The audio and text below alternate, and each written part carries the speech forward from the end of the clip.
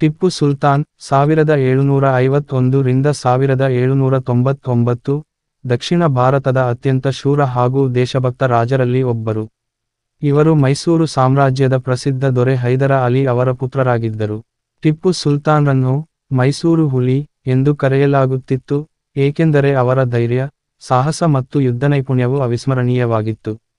ಟಿಪ್ಪು ಸುಲ್ತಾನ್ ಅವರ ಜನನ ನವೆಂಬರ್ 20, 1751 ರಂದು ದೇವಾನಹಳ್ಳಿಯಲ್ಲಿ, ಇಂದಿನ ಬೆಂಗಳೂರು ಸಮೀಪ, ನಡೆದಿದೆ. ಬಾಲ್ಯದಿಂದಲೇ ಇವರು ಯುದ್ಧಕಲೆ, ಕುದುರೆ ಸವಾರಿ, ತೋಪುಪ್ರಯೋಗ ಮತ್ತು ರಾಜಕೀಯ ಶಿಕ್ಷಣಗಳಲ್ಲಿ ನಿಪುಣರಾಗಿದ್ದರು. ತಂದೆ ಹೈದರ ಅಲಿ ಅವರೊಂದಿಗೆ ಅನೇಕ ಯುದ್ಧಗಳಲ್ಲಿ ಪಾಲ್ಗೊಂಡು ತಂತ್ರಜ್ಞನಾಗಿ ಬೆಳೆದರು. ಅವರು ಅಧಿಕಾರಕ್ಕೆ ಬಂದ ನಂತರ ಮೈಸೂರು ಸಾಮ್ರಾಜ್ಯವನ್ನು ಶಕ್ತಿಶಾಲಿಯಾಗಿ ರೂಪಿಸಿದರು. ಇವರು ಉತ್ತಮ ಆಡಳಿತಗಾರರಾಗಿದ್ದು ಕೃಷಿ, ವಾಣಿಜ್ಯ, ಕೈಗಾರಿಕೆ ಹಾಗೂ ಶಿಕ್ಷಣ ಕ್ಷೇತ್ರಗಳಲ್ಲಿ ಅನೇಕ ಸುಧಾರಣೆಗಳನ್ನು ಜಾರಿಗೆ ತಂದರು. ಟಿಪ್ಪು ಸುಲ್ತಾನ್ ಭಾರತದಲ್ಲಿ ಮೊದಲ ಬಾರಿಗೆ ರಾಕೆಟ್ ತಂತ್ರಜ್ಞಾನವನ್ನು ಯುದ್ಧದಲ್ಲಿ ಬಳಸಿದ ರಾಜರು. ಅವರ ಸೇನೆಯಲ್ಲಿ ಬಳಸಿದ ಮೈಸೂರು ರಾಕೆಟ್ಗಳು ಆ ಕಾಲದಲ್ಲೇ ಇಂಗ್ಲಿಷರ ಸೇನೆಯನ್ನು ಬೆಚ್ಚಿ ಬೀಳಿಸಿದವು.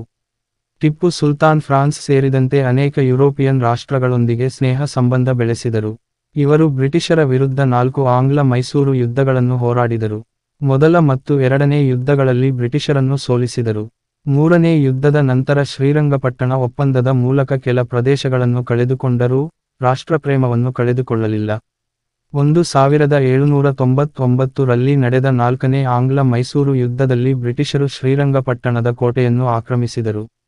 ಆದರೆ ಟಿಪ್ಪು ಸುಲ್ತಾನ್ ಕೊನೆಯ ಉಸಿರಿನವರೆಗೂ ಯುದ್ಧರಂಗದಲ್ಲಿಯೇ ಹೋರಾಡಿದರು.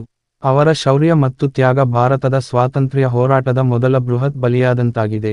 ಅವರು, ಸಿಂಹದಂತೆ ಒಂದು ದಿನ ಜೀವಿಸುವುದು 100 ದಿನ ದಾಸನಾಗಿ ಬದುಕುವುದಕ್ಕಿಂತ ಶ್ರೇಷ್ಠ ಎಂಬ ಮಾತಿನಿಂದ ಪ್ರಸಿದ್ಧರಾಗಿದ್ದಾರೆ. ಟಿಪ್ಪು ಸುಲ್ತಾನ್ ಅವರ ಆಡಳಿತದಲ್ಲಿ ಜನರ ಧಾರ್ಮಿಕ ಸಹಿಷ್ಣುತೆ, ಆರ್ಥಿಕ ಅಭಿವೃದ್ಧಿ ಹಾಗೂ ನವೀನ ತಂತ್ರಜ್ಞಾನ ಪ್ರೋತ್ಸಾಹ ಕಂಡುಬಂದಿತು. ಅವರು ಹೊಸ ನಾಣ್ಯಗಳು, ಅಂಚೆ ವ್ಯವಸ್ಥೆ ಮತ್ತು ಸಮಯ ಮಾಪನ ವಿಧಾನಗಳನ್ನು ಜಾರಿಗೆ ತಂದರು. ಟಿಪ್ಪು ಸುಲ್ತಾನ್ ಅವರ ತ್ಯಾಗ ಮತ್ತು ದೇಶಪ್ರೇಮ ಇಂದಿಗೂ ಭಾರತದ ಇತಿಹಾಸದಲ್ಲಿ ಅಮರವಾಗಿದೆ. ಅವರು ಸ್ವಾತಂತ್ರ್ಯ ಹೋರಾಟಗಾರ, ಶೂರ ಯೋಧ ಹಾಗೂ ಸುಧಾರಕ ರಾಜನಾಗಿದ್ದರು. ಮೈಸೂರು ಹುಲಿ ಎಂದೇ ಟಿಪ್ಪು ಸುಲ್ತಾನರು ಪ್ರಸಿದ್ಧರಾಗಿದ್ದರು.